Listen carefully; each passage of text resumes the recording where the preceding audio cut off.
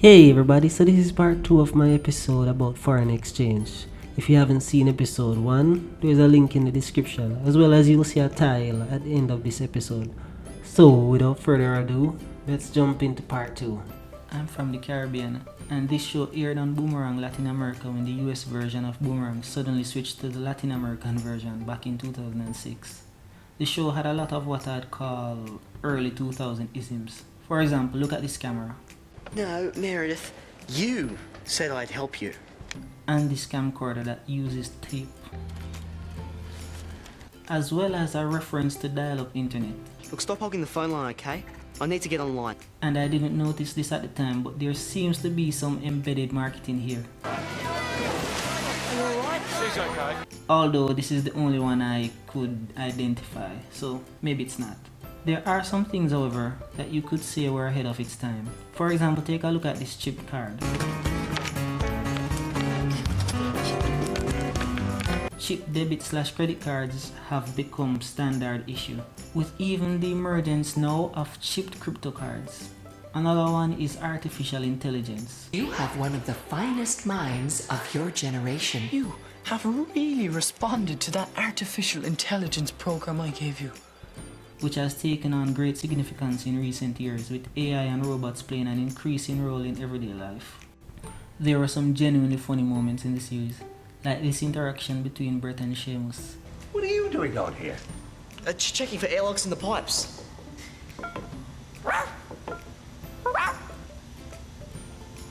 I think you might need a bit of a rest, son. And this funny old lady here. I'm here for the planes. Planes? Yeah, the ones for sale. Have you tried the airport? There were also some ridiculous moments like this. Exercise. Oh, look, isn't that them? Brett! Oh, look at my precious little girl.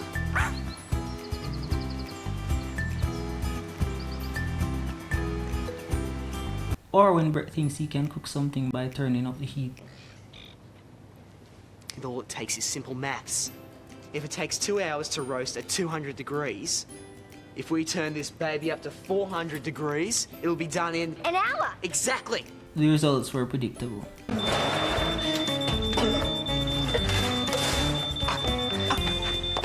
It's ruined! Zachary Garred in an interview described the series as cute. It's very cute. It's a cute show. And I totally agree. It's a very cute and charming show, and I think it's withstood the test of time for the most part. The show has quite a huge underground following. I say underground because there aren't a lot of information about the show out there, with a lot of the finer details of the show being relatively deep on the web and on fan blog sites. From all indications, it was very popular in countries like Brazil and Russia. Zachary Garred completed a bachelor's degree in communication and media studies at the University of Newcastle. He's originally from Newcastle, by the way, and has been in numerous productions since the end of Foreign Exchange. Zachary went on to be on shows like NCIS Los Angeles and General Hospital. He has been in many productions both in Australia and the United States. He's also done work as a producer and director. He's now a US permanent resident and resides in LA. He proposed to his girlfriend and fellow actor Alison Frances Boyd in December 2021. Lynn Styles seems to have kept a very low profile, occasionally posting on her Twitter page, and even this page has since been deleted. Update: the Twitter page is actually back up. I've seen some sources that say she was working in audiovisual production on Game of Thrones, but I've not seen any reputable source which substantiates this. I've also seen some sources that say she was on the Australian series called The Elephant Princess, but I watched it and she was nowhere to be found. What we do know is that not long after Foreign Exchange aired, she had a role on the long-running show Fair City. Along with Danielle Fox-Clarke, she was a part of Anne Kavanagh's Young People's Theatre. At the time of filming Foreign Exchange, they were said to be friends. It's not clear if they have stayed in touch over the years. As at summer 2019, we do know she was a store manager for the Dublin-based store called Kilkenny, as evidenced by this video posted by the YouTube channel Barefoot Productions. The Kilkenny Group are the leaders of promoting Ireland's largest collection of Irish craft and design. We have been doing so for over 50 years. We pride ourselves in nurturing new and emerging Irish talent. By the way, Kilkenny store can be seen in the scene I showed earlier from episode 10, which, come to think of it, has a pretty edgy title, at least for a kids show. Danielle hasn't been on any major production since being on Foreign Exchange. He has mostly been involved in commercials, short films, and modeling. There are also videos out there with her conducting interviews. Robert, much like Zachary, has been in many productions since the end of Foreign Exchange. He is arguably the biggest star to come out of Foreign Exchange, up there with Zachary. He has an impressive filmography and is on the hit Netflix series The Umbrella Academy, starring as Klaus Hargreaves. He previously featured on Robot Chicken and The Tudors, just to name a few. He is very active on social media, and you can find him posting on Instagram and Twitter with relative frequency. Dan Colley starred alongside Robert Sheehan in the 2008 Irish film Summer of the Flying Saucer. These days, Dan is more involved in stage productions. He got a BA in English and Philosophy from the National University of Ireland. Chelsea went on to be in a few more Australian series, including The Sleepover Club, Neighbours, and Stormworld.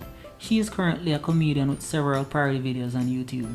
Her channel is linked in the description. You can check her out and let her know I sent you. One of her parody videos made it on the news in 2020. We have much to discuss. We will. When did this love affair yes. with the man begin? I think it all began when he gave the Easter Bunny that exemption. I think that was the moment that I put all of my eggs in the Mark McGowan basket. That was a beautiful moment. Up next, we have Joel Turner, not to be mistaken with another Australian who goes by the same name, who is a singer/songwriter. There isn't much out there about Joel. He was on a show called Street Smarts after Foreign Exchange, but that's about it. There wasn't any other credits I could find to his name. By the way, Chelsea Jones was also in Street Smarts. As at the airing of this episode, Kirsty is the development manager at Ilbijeri Theatre Company. Previously, she was development manager at TheatreWorks. She has had a long and distinguished career as an actor both on screen and in theatre, and has even lectured on occasions. Like other Foreign Exchange alumni, she was on The Sleepover Club and Neighbours. Craig has been in several Australian and US productions both as an actor and behind the scenes, including The Heights, The Grind, and The Wreck. He was also on The Sleepover Club. Seen a pattern here? Kirsty and Chelsea were also on The Sleepover Club, though at different times, except for this one episode titled Surprise, where both Kirsty and Chelsea appeared. Like Kirsty, he's been in many theatre productions. Peter has been in several productions since his time on Foreign Exchange. He's been on shows like Doctors and Holby City, with his latest on-screen appearance being in Ragdoll in 2021. Last but not least, Barbara has been in several Irish productions, starring in shows like Southern Gothic and Vikings, which according to IMDb was her last on-screen appearance in 2014. Barbara has a Twitter page and is relatively active. Before appearing on Foreign Exchange, she had appeared on the March 2003 special of Fear City, which is the same Fear City that Lynn Styles is an alumni of. So, if you haven't noticed by now, I'm a huge fan of the series and would definitely recommend it, with the caveat being that it is a kids show at the end of the day. So it may not appeal to you if you're expecting something which addresses more serious material. However, if you accept that it will be a bit childish and a bit corny, you will find enjoyment in it, even if you're watching it for the first time as an adult. As of the posting of this video, the show is streaming on Amazon Prime, so you can find it there. A link is down below. You can also find it on YouTube if you don't have Amazon Prime or live in a region where it's not available. But image quality is not as good, but it's not bad either. Before I go, here are some fun facts about the series. Channel 9 News can be seen in episode 2. Channel 9 was involved in production of the series and was the broadcaster of the series in Australia. David Bowers, who starred as the Ranger, also starred in Star Wars Episode 3 as Masamida. He was also in Cloud Street along with Greg McNeill. A member of the Powerpuff Girls makes an appearance, albeit as a doll. On a side note though, the creator of the Powerpuff Girls, Craig McCracken, shares the same last name as Seamus. There is Swan River in Perth. The swan is an important symbol in the show and can be seen above the portal, on Portal Keys, and at Angus O'Keefe's gravesite. In one episode, we get a glimpse at Brett's inbox. A couple of things stick out. Look at the name Simon Ackerman. That was actually a member of the production team. Another Ackerman, Carl Ackerman, was also on the production team. Ackerman was also the name of the character Dr. Ackerman, played by Janine Burchett, from episode 8 titled No Return. In that episode, she tried to help Meredith learn more about the portal key, but possibly almost destroyed it with this glorified microwave.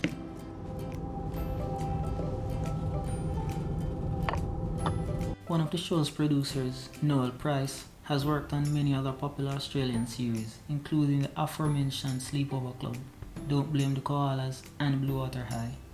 He also worked on A Girl's World, which is an Australian, German, Singaporean series, which has a similar premise to Foreign Exchange. Some of these shows have included other stars from Foreign Exchange.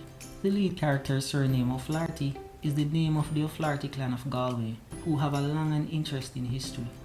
One more thing, this is not really a fun fact, but look at this scene. Notice how these people are looking at the scene being filmed? Obviously they're not extras, and it doesn't seem the crew was managing the background.